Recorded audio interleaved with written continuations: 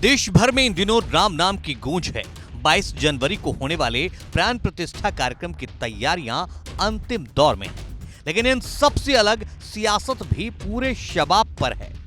प्राण प्रतिष्ठा में कौन जाएगा, कौन नहीं जाएगा, कौन राम भक्त है तो किसे राम से बैर है, सियासी गलियारों में ये चर्चाएं आम है।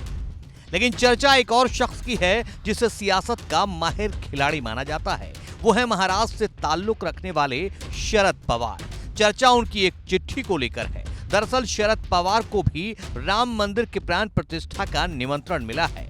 जाना उन्हें भी नहीं था, लेकिन उनकी चिट्ठी के मजमून का सलीका सुर्खियों में है।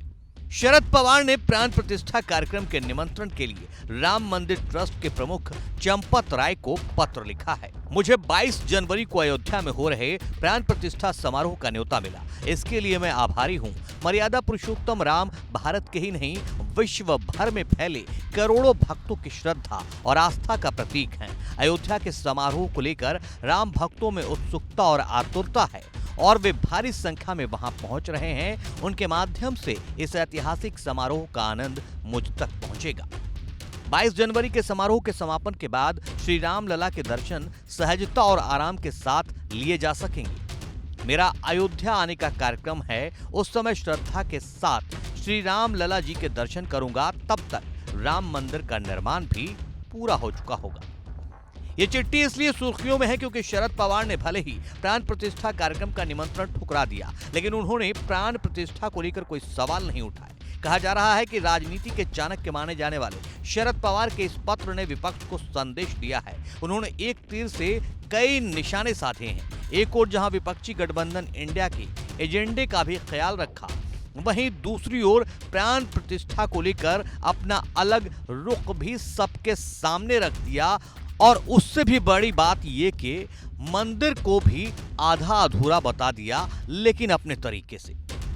इधर यूपी के पूर्व मुख्यमंत्री और समाजवादी पार्टी के मुखिया अखिलेश यादव ने भी इसी तरह प्राण प्रतिष्ठा का न्योता ठुकराया, लेकिन उन्होंने भी राम मंदिर ट्रस्ट के महासचिव चंपत राय को पत्र लिखकर न्योता देने के लिए धन्यवाद दिया। उन्होंने कार्यक्रम की सफलता के लिए बधाई भी दी और कहा कि वो प्राण प्रतिष्ठा कार्यक्रम के बाद परिवार सहित मंदिर के दर्शन करने जरूर आएंगे। इन दोनों नेताओं की चिट्ठियों की चर्चा इसलिए हो रही है क्योंकि मौजूदा वक्त में कांग्रेस के साथ ये सभी इंडिया गठबंधन का हिस्सा हैं। बावजूद इसके अयोध्या में राम मंदिर के प्राण प्रतिष्ठा समारोह के बीच भले ही कांग्रेस खुलेआम बीजेपी सरकार को घेरती नजर आ रही है, कभी कांग्रेस शंकराचार्य का मुद्दा उठाती है तो कभी मंदिर पूरा न होने का। कांग्रेस ने निमंत्रण को अस्वीकार करने वाला जो लेटर जारी किया है उसमें लिखा है, स्पष्ट है कि एक अर्धनिर्मित मंदिर का उद्घाटन केवल चुनावी लाभ उठाने के लिए ही किया जा रहा है। 2019 के माननीय सर्वोच्च न्यायालय के निर्णय को स्वीकार करते हुए एवं लोगों की आस्था के सम्मान में श्री मल्लिकार्जुन खड़गे, सोनिया गांधी, अधीर रंजन चौधरी बीजेपी और आरएसएस के इस आयोजन के निमंत्रण को ससम्मान स्वीकार करते हैं। ऐसे में विपक्षी गठबंधन इंडिया के कुछ दल का रुख कांग्रेस से अलग दिख रहा है। सपा और एनसीपी ने भले ही मंदिर के समारोह में आने से मना कर दिया है, लेकिन उनका सॉफ्ट अंदाज कुछ अलग ही कहानी बयां कर रहा है, या यूं कहें कि कांग्रेस को आईना दिखा रहा है। भारत की बात रोहित सिंह सावल के साथ सिर्फ एबीपी न्यूज पर।